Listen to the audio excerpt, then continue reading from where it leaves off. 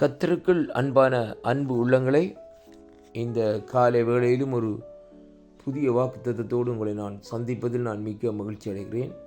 இன்றைய நாளிலும் 12ஆம் தேதி 5வது மாதம் 25ஆம் ஆண்டு திங்கட்கிழமை, இந்த காலை வேளையிலும் ஆண்டவர் நமக்கு கொடுக்கிற ஒரு அருமையான வாக்குத்தத்தம், நான் கர்த்தர், எனக்கு காத்திருக்கிறவர்கள் வெட்கப்படுவதில்லை என்று வேதம் நமக்கு சொல்லுகிறதை பார்க்கிறோம். அன்பு பிள்ளைகளே, ஆண்டவர் சொல்லுகிறார், ஐ ஆம் த Lord, those who hope in me will not be disappointed என்று சொல்லி இந்த நாட்களில் இந்த வார்த்தையை சொல்லுகிறதை பார்க்கிறோம்.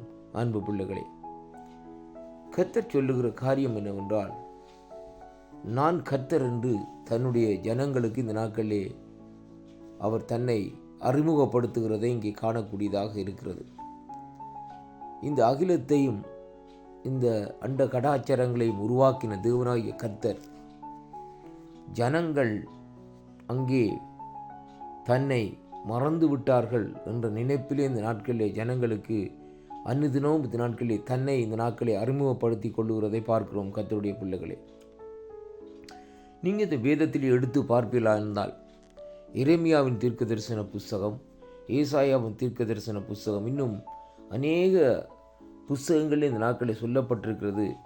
அவர் கர்த்தர், நான் மாறாதவர், நான் உன்னை விட்டு விலகுவதும் இல்லை, உன்னை கைவிடுவதும் இல்லை.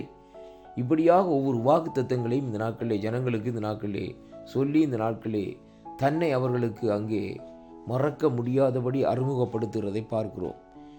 ஏனென்று பார்ப்போமா இருந்தால், இந்த வார்த்தை ஊடாக பார்க்கிற வேளையிலே அவர் நமக்காக அடிக்கப்பட்டார்.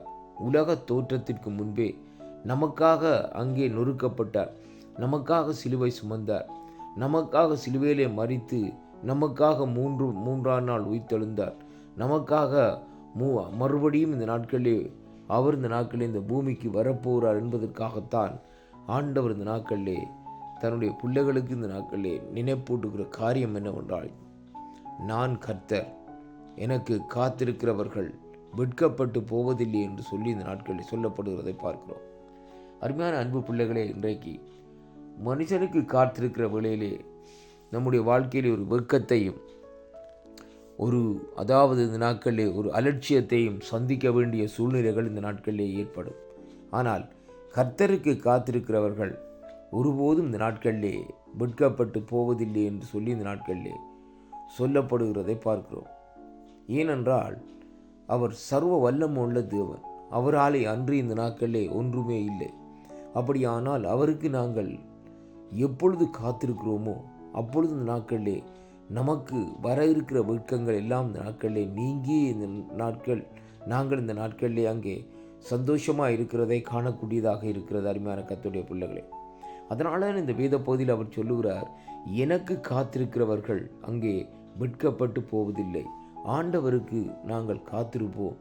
அப்படியானால் இந்த நாட்களிலே நம்முடைய வெட்கங்கள் இந்த நாட்களிலே நீங்கி போகும் என்பதைத்தான் இன்றைக்கு இந்த வாக்குத்தத்தத்தின் ஊடாக அங்கே நமக்கு வெளிப்படுத்துகிறதை பார்க்கிறோம். அதனாலே அன்பு பிள்ளைகளே, இந்த நாளிலும் நீங்கள் கர்த்தருக்கு காத்திருங்கள்.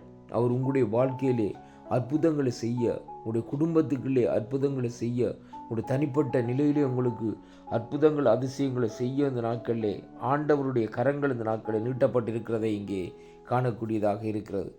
அதனாலே அன்பு பிள்ளைகளே, அவருக்கு காத்திருந்து நீங்கள் வெட்க முடியாதபடி இந்த நாட்களிலே அங்கே இருக்கும்படியாக இந்த வார்த்தை சொல்லுகிறதை பார்க்கிறோம். பாருங்கள், வேதம் சொல்லுகிறது, கர்த்தருக்கு காத்திருக்கிறோடைய முகங்கள் இந்த நாட்களிலே பிரகாசிக்கும் என்று சொல்லி இந்த நாட்களிலே பார்க்கிறோம். கர்த்தருடைய தாசனாகிய மோசே கூட இந்த நாட்களிலே அவரிடத்திலே இருந்து 10 கற்பனைகளை பெறும்படியாக காத்திருந்தார். ஆனால் அவருடைய முகங்கள் பிரகாசித்தது என்று சொல்லி இந்த நாட்களில் வேதம் சொல்லுகிற பிரகாரம் அவருக்காக காத்திருங்கள். அவருடைய அபிஷேகத்துக்காக காத்திருங்கள். அவருடைய வார்த்தைக்காக காத்திருங்கள். அவருடைய சத்தத்திற்காக காத்திருங்கள். அப்பொழுது இந்த நாட்களிலே உங்களுடைய வெட்கமெல்லாம் இந்த நாட்களிலே மறக்கப்பட்டு போகும். இந்த வாக்கு தத்தம் உங்களுடைய வாழ்க்கையில் ஒரு திருப்பத்தையும் ஒரு புதிய ஆசீர்வாதத்தையும் கட்டளிடும் என்று நான் விசுவாசிக்கிறேன். அதனாலே வாக்கு தத்தங்களை விசுவாசியுங்கள்.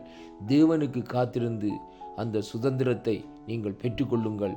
கர்த்தர் கேட்கிற ஒவ்வொருவரையும் நிறைவாக இந்த நாட்களிலே ஆசீர்வதிப்பாராக என்று மீட்பராகிய இயேசு கிறிஸ்துவின் நாமத்திலே இந்த நாட்களிலே வாழ்த்தி ஆசீர்வதிக்கிறேன். கர்த்தருக்கே மகிமை உண்டாவதாக. கர்த்தருக்கு காத்திருந்து வெட்கத்தை நீக்குங்கள். கர்த்தர் உங்களோடு இருப்பார். ஆமென்.